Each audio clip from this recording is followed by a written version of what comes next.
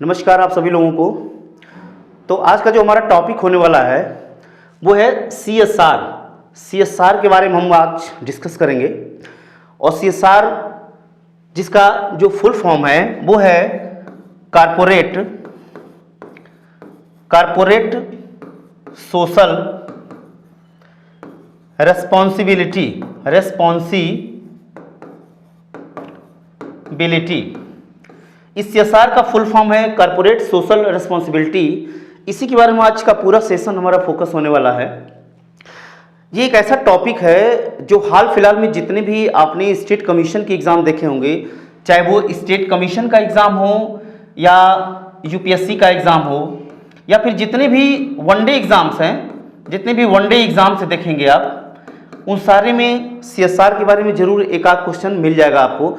और topic wise अगर आप देखेंगे तो इसकी इतनी इंपॉर्टेंस है कि हर एग्ज़ाम के अलावा जैसे लॉ के भी जो एग्ज़ाम होते हैं उसमें भी ये सारे क्वेश्चन, इस तरह के क्वेश्चन पूछे जाते हैं।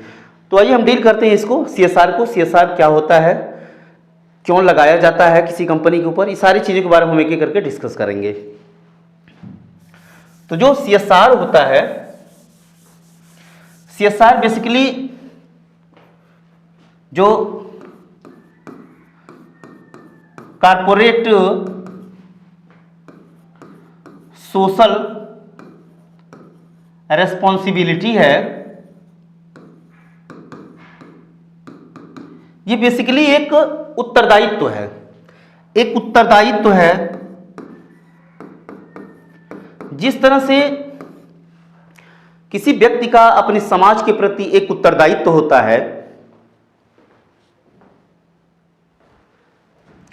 जिस तरह से किसी व्यक्ति का अपने समाज के प्रति एक उत्तरदायित्व होता है, ठीक उसी तरह हर कंपनियों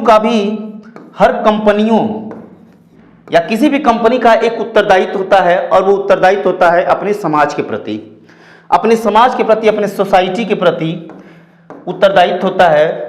और ये उत्तरदायित्व टैक्स के रूप में वसूला जाता है। टैक्स के रूप में किसी भी कंपनी के कुछ उत्तरदायित्व होते हैं और उत्तरदायित्व टैक्स के रूप में वसूला जाता है, और इसी टैक्स को हम CSR के नाम से जानते हैं। लेकिन अब एक चीज देख लेना है कि सभी कंपनियों पे ये उत्तरदायित्व नहीं डाला जाता है।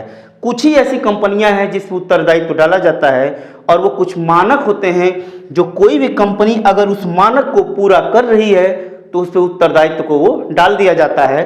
अब कौन कौन से मानक होते हैं उनको हम देखते हैं कि अगर कोई कंपनी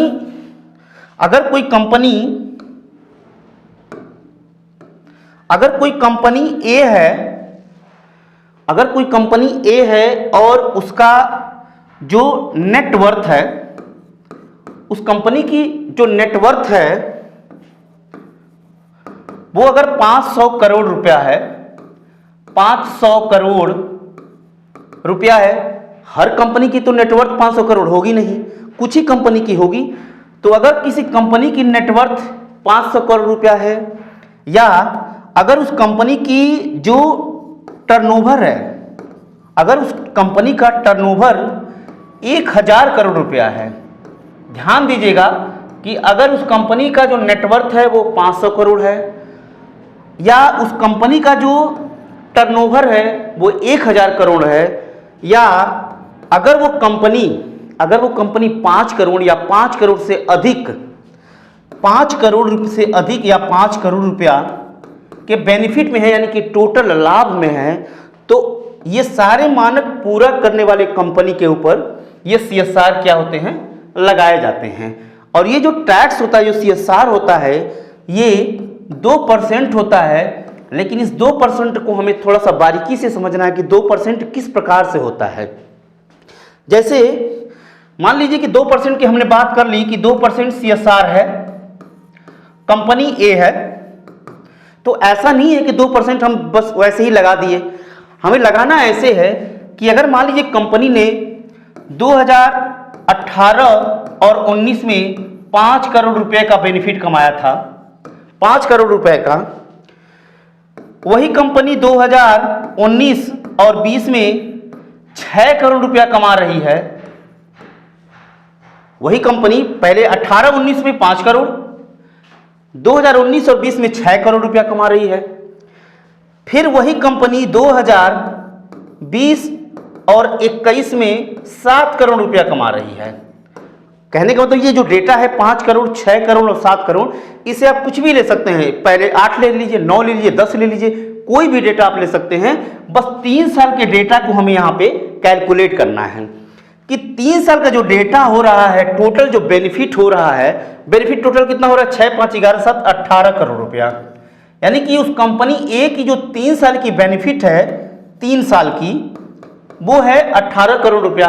अब इस 3 साल को जब एवरेज निकालेंगे, 3 से डिवाइड करेंगे, तो ये डिवाइड होगा और ये आ जाएगा आंसर 6 करोड़ रुपया। यानी कि उस कंपनी की जो एवरेज इनकम है, उस कंपनी ए की बात मैं कर रहा हूं, एक कंपनी की जो एवरेज इनकम है वो है 6 करोड़ रुपया।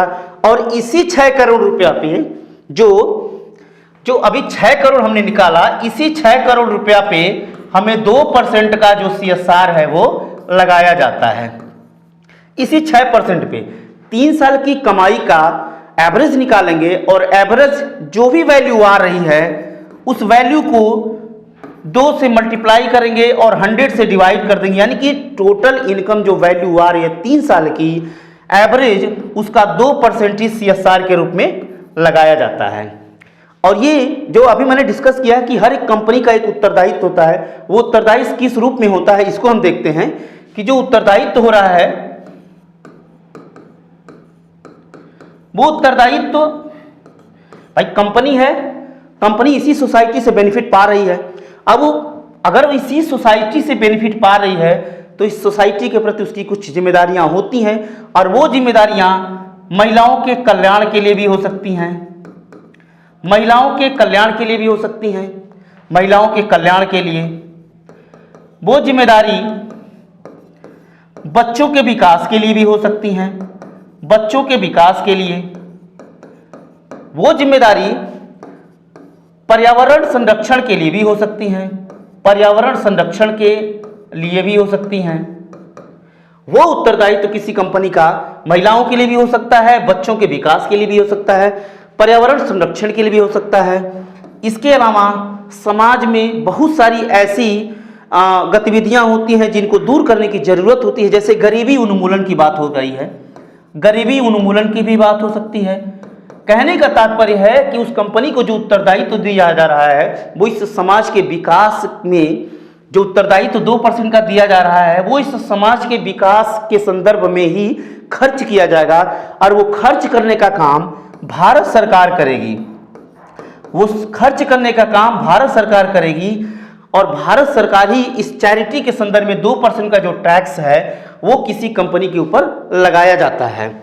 अब एक चीज और देख लेते हैं कि जो ये 2% का जो CSR लग रहा है, 2% का CSR कॉर्पोरेट सोशल रिस्पॉन्सिबिलिटी जो लगाई जा रही है, वो भारत सरकार के अंतर्गत कंपनी एक्ट है, कंपनी एक्ट 2013। इस कंपनी एक्ट के अंतर्गत एक धारा है, इस कंपनी एक्ट के अंतर्गत एक धारा है,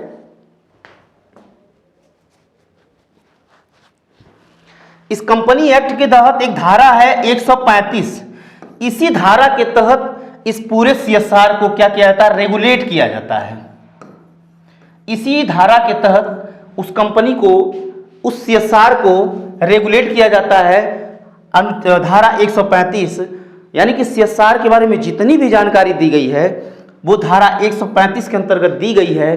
अब इसके बाद देख लेते हैं कि भारत सरकार ने 2014 में इस CSR को कंपलसरी कर दिया।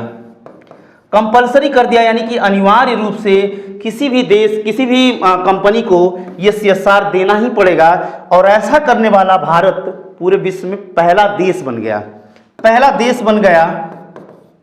इसके पहले कोई भी ऐसा देश नहीं था जिसने कंपलसरी रूप से CSR को अनिवार्य किया हो, लेकिन भारत इस संदर्भ में पहला देश बन गया। अब एक चीज देखते हैं कि जो भाई ये जो 2% का CSR लगता है, ये भारत सरकार के राहत कोष में जमा होता है। भारत सरकार के राहत कोष में ये पैसा जमा किया जाता है जो 2% का CSR होता है।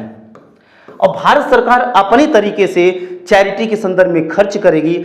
और अगर कोई कंपनी 2% का CSR नहीं दे रही है या फिर चैरिटी के संदर्भ में खर्च नहीं हो पा रहा है, अगर चैरिटी के संदर्भ में ये 2% का CSR अगर नहीं खर्च हो पा रहा है, तो अपने आप भारत सरकार के राहत कोष में ये 2% की जो राशि होती है ट्रांसफर हो जाती है। कहने का मतलब ये है कि इस 2% की राशि से आप मुक्ति नहीं पा सकते हैं। अगर कोई कंपनी है तो ये 2% का CSR देना ही पड़ेगा। आशा करता हूं कि आप लोगों को CSR के बारे में जानकारी मैंने बारीकी से कोशिश की है कि समझ में आ जाए। जैसा भी हो जरूर कमेंट में बताइएगा। और इसके बाद फिर मिलते हैं नेक्स्ट वीडियो में। तब तक के लिए जय हिंद, जय भारत।